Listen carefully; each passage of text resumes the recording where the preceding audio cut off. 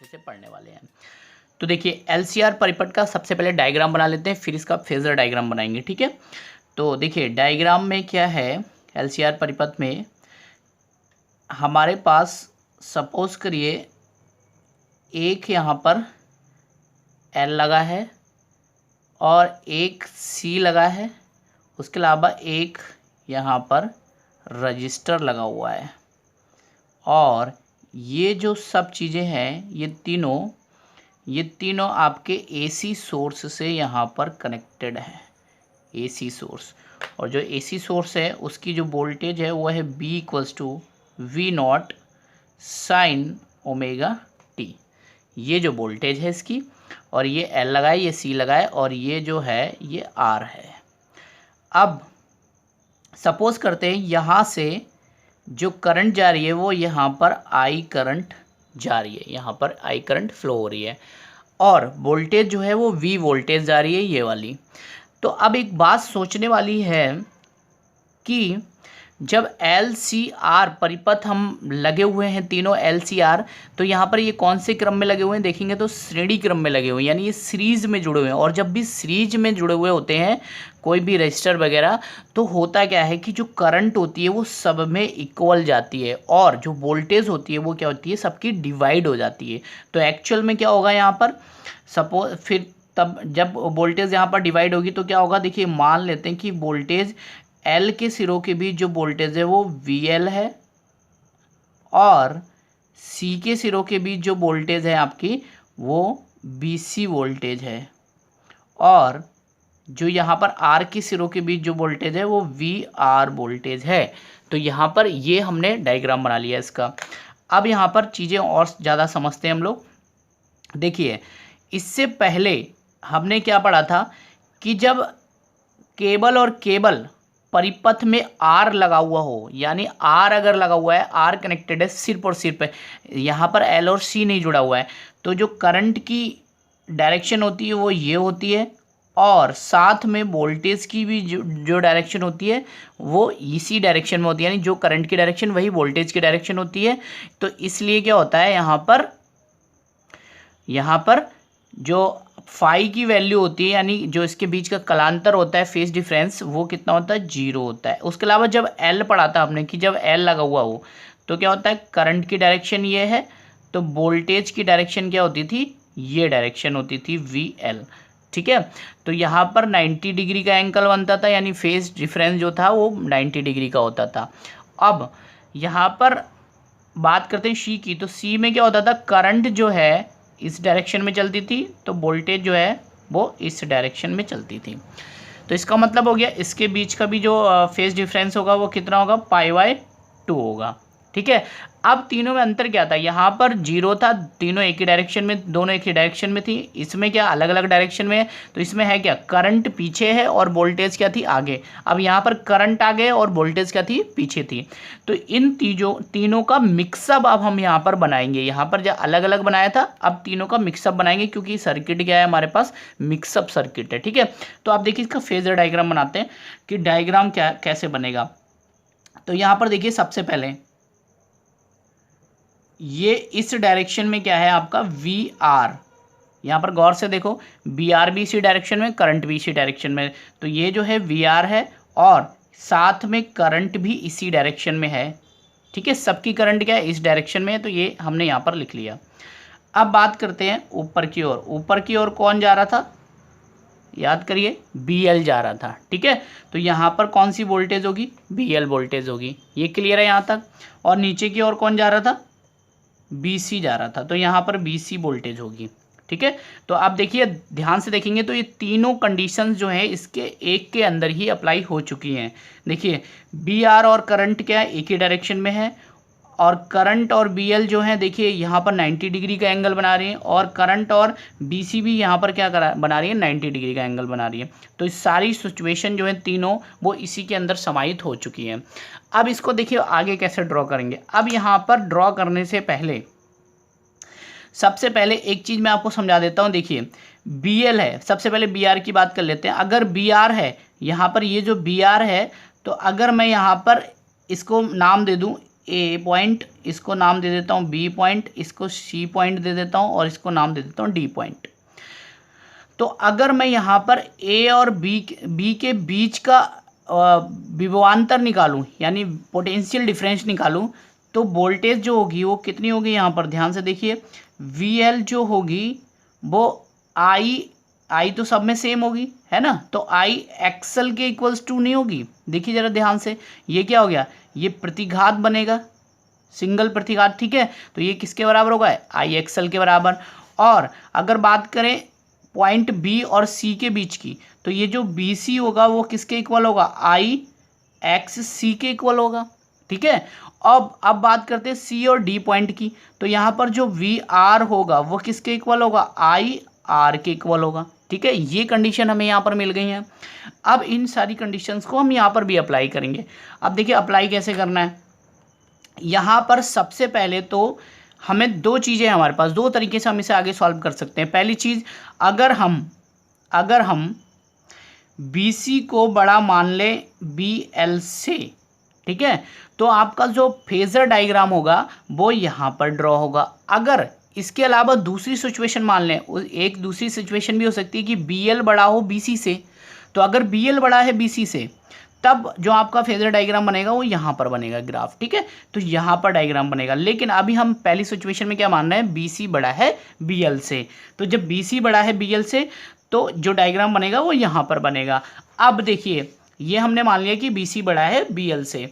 अब मैं एक चीज़ आपको समझाऊं, देखिए मान लीजिए यहाँ नीचे की साइड में 10 न्यूटन का फोर्स लग रहा है और ऊपर की साइड में 8 न्यूटन का फोर्स लग रहा है, तो इन दोनों का जो नेट फोर्स आएगा वो कहाँ आएगा, कितना आएगा, 10 - 8 यानी कितना आएगा, 2 न्यूटन आएगा। लेकिन कौन सी डायरेक्शन में आएगा, नीचे की ओर डायरेक्शन में आएगा। तो अब गौर से देखिए, सपोज करते हैं बी सी बड़ा है बी एल से, तो जब बी सी बड़ा है बी एल से तो इसका जो डायरेक्शन होगी कितनी, नीचे की ओर, नेट डायरेक्शन कहाँ की होगी, नीचे की ओर होगी। और इसका नेट अगर निकालेंगे तो कितना आएगा, यहाँ पर देखिए, इसको हम ऐसे नहीं लिख सकते, B C minus V L, यहाँ पर ध्यान से देखिए, जैसे हमने क्या निकाला था 10 - 8 = 2, तो वैसे ही हमने क्या निकाला, B C minus B L, तो और नीचे की साइड में इस डायरेक्शन में बनेगा, ठीक है, डायग्राम। क्यों, क्योंकि जो बड़ा होगा उसी के नीचे की साइड में जाएगा ना, उसी साइड में जाएगा। तो अब देखिए ऊपर का तो सब खत्म हो गया, ऊपर से कोई मतलब नहीं है, यानी इन दोनों का परिणामी जो था वो B C minus B L निकल के आ गया। अब मैं क्या कर रहा हूँ, यहाँ पर एक चतुर्भुज बना रहा हूँ यहाँ पर। अब देखिए जरा ध्यान से, अगर मैं बी आर और B C minus B L का परिणामी निकालूं तो परिणामी जो होगा इसके विकर्ण पे आएगा यहाँ पर, ये हम पहले भी पढ़ चुके हैं, 11th में भी पढ़ा है हमने, ठीक है। तो परिणामी कहाँ पर आएगा, यहाँ पर आएगा। और दूसरी बात, इसको मैं कह देता हूँ ए पॉइंट, इसको कहता हूँ बी पॉइंट और इसको कहता हूँ सी पॉइंट। तो यहाँ पर देखिए B C minus B L O C की इक्वल है, तो यहाँ पर ये भी क्या हो जाएगी, B C minus B L ही होनी चाहिए। क्यों, क्योंकि ये वाली जो दूरी होगी वो इस दूरी के इक्वल होगी, ठीक है, और बी आर जो होगा वो यहाँ से यहाँ तक का होगा, ठीक है। तो बात समझ में आ गई हमारे। तो ये बन गया आपका डायग्राम। अब हमें क्या निकालना होगा, इसका परिणामी वोल्टेज निकालनी है, ये वाली, इस वैल्यू को निकालना ना, v की वैल्यू, क्योंकि b जो होगी परिणामी आएगी, यहाँ से कितनी जा रही है, v जा रही है ना, तो इन सब का मिला के कितना बनना चाहिए, b बनना चाहिए अलग अलग, तो ये बनेगा b। तो इसकी वैल्यू हमें यहाँ पर निकालनी है। तो इसकी वैल्यू निकालने के लिए हम लोग क्या कर सकते हैं, ध्यान से देखो ये क्या बन रहा है, एक ट्राइंगल बन रहा है ओ ए बी। तो मैं यहाँ पर लिख रहा हूँ ट्राइंगल ओ ए बी। इसमें अगर मैं पीजीटी लगाऊँ, लगा दूं, पाइथागोरस फिर मैं लगा दूं, तो ये बन जाएगा कर्ण और ये लंब बन जाएगा, ये आधार बन जाएगा, ठीक है। इसको मैं एंगल कह देता हूँ यहाँ पर, ये वाला, ठीक है। तो ये लंब बन गया, ये आधार बन गया और ये क्या बन गया, कर्ण। तो यहाँ पर देखेंगे ये कर्ण है, तो इसमें पाइथागोरस फिर मैं लगा के मैं इस ओ बी की वैल्यू निकाल सकता हूँ। तो मैं यहाँ पर लिख रहा हूँ ओ बी का whole square equals to O A का whole square plus A B whole square, ये लिख दिया। अब इनकी वैल्यूज़ लगा लेते हैं। तो ओ बी की तो वैल्यू फ़िलहाल हमें निकालनी ही है, और ओ ए की वैल्यू कितनी है हमारे पास, बी आर है, तो यहाँ पर लिख रहा हूँ मैं बी आर का whole square plus A B की वैल्यू कितनी है, B C minus B L का होल स्क्वायर। तो ओ बी इक्वल्स टू कितना हो जाएगा, आर को साइड ले जाऊंगा तो रूट में जाएगा, तो रूट बन जाएगा। और बी आर इक्वल्स टू कितना था, आई आर, तो इसको मैं ऐसे भी लिख सकता हूँ, आई आर का होल स्क्वायर, प्लस इसको क्या लिख सकता हूँ, बी सी को आई एक्सएल, तो यहाँ पर लिख रहा हूँ आई एक्स सी माइनस आई एक्स एल का होल स्क्वायर। ये सब वैल्यूज़ मैंने यहाँ पर लगा दी हैं। अब यहाँ पर देखिए ओ बी इक्वल्स टू, यहाँ पर क्या कर सकता हूँ, इन दोनों में आई कॉमन ले सकता हूँ, तो आई स्क्वायर में यहाँ पर कॉमन ले रहा हूँ, तो अंदर कितना बचेगा, R square plus X C minus X L का होल स्क्वायर। यहाँ पर ये कहानी आ जाएगी। तो यहाँ तक तो इतना आ गया। आई स्क्वायर को बाहर निकालूंगा तो ये आई बन के बाहर आएगा, तो ये हो जाएगा I root R square plus X C minus X L का होल स्क्वायर। तो अब देखिए ये जो ओ बी था ये किसके इक्वल है, बी के इक्वल है, क्योंकि ये टोटल वोल्टेज निकाल रहे हैं ना हम। तो टोटल वोल्टेज की अगर बात करें, टोटल वोल्टेज, तो टोटल वोल्टेज के इक्वल ही होगा ओ बी। तो यहाँ पर मैं लिख ले रहा हूँ टोटल वोल्टेज की B equals to I root R square plus X C minus X L का होल स्क्वायर। तो यानी जो वोल्टेज थी हमारी वो ये निकल के आई। अभी ये आगे और भी सॉल्व हो सकती है, कैसे देखिए, b equals to I under root R square plus, अब देखिए एक्स सी जब हमने पढ़ा था, एक्स सी, तो जब मैं प्रतिघात आपको पढ़ा रहा था तो प्रतिघात पढ़ाते समय मैंने आपको बताया था कि जो एक्स सी होता है वो बराबर होता है 1/ओमेगा c के, और एक्सएल जो होता है वो बराबर होता है ओमेगा एल के। तो एक्स सी की जगह पे मैं क्या रख सकता हूँ, 1/ओमेगा c माइनस इसकी जगह क्या रख सकता हूँ, ओमेगा एल का होल स्क्वायर। तो यहाँ पर मैंने ये वैल्यू रख दी, तो वोल्टेज जो है वो इतनी निकल के आ गई है। तो वोल्टेज तो हमने यहाँ पर निकाल लिए, अब रह गया है एलसीआर परिपथ में हमारा निकालने को कलांतर, यानी कि आपका फेज डिफरेंस। अब देखिए यहाँ पर निकालते हैं फेज डिफरेंस। अब फेज डिफरेंस निकालने के लिए हमें क्या करना पड़ा, tan फाई की वैल्यू निकालनी पड़ेगी। तो मैं यहाँ पर निकाल रहा हूँ tan फाई की वैल्यू।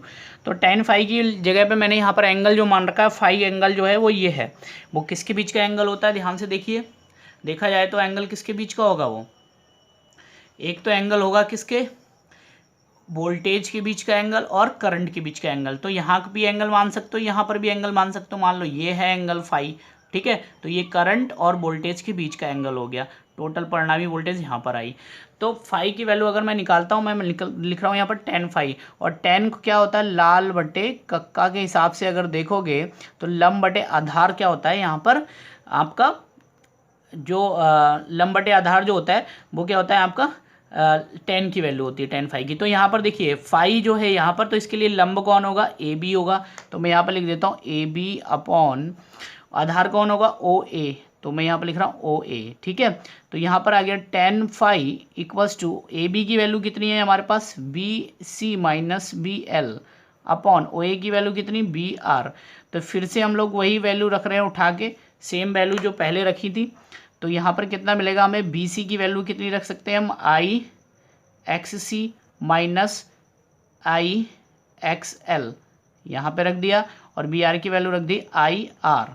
तो आप गौर से देखिए tan फाई की जो वैल्यू होगी, यहाँ पर आई जो है कॉमन आ जाएगा, तो ये जाएगा X C minus X L upon I R. तो आई से आई कैंसिल हो गया, तो यहाँ पर बचा tan phi equals to X C minus X L upon R. तो फाई की अगर वैल्यू निकालनी है हमें, तो यहाँ पर ये जो tan था वो इन्वर्स में जाएगा, और ये हो जाएगा X C minus X L upon R. देखिए ये जो है फाई की वैल्यू आ गई, phi equals to tan inverse X C minus X L. तो देखिए यहाँ पर वोल्टेज भी आ गई हमारी और फाई की भी वैल्यू आ गई। तो यही क्या है, आपका एलसीआर सर्किट है, ठीक है। और आगे की वीडियो में मैं आपको और अच्छे तरीके से नई नई चीज़ें बताते रहूँगा।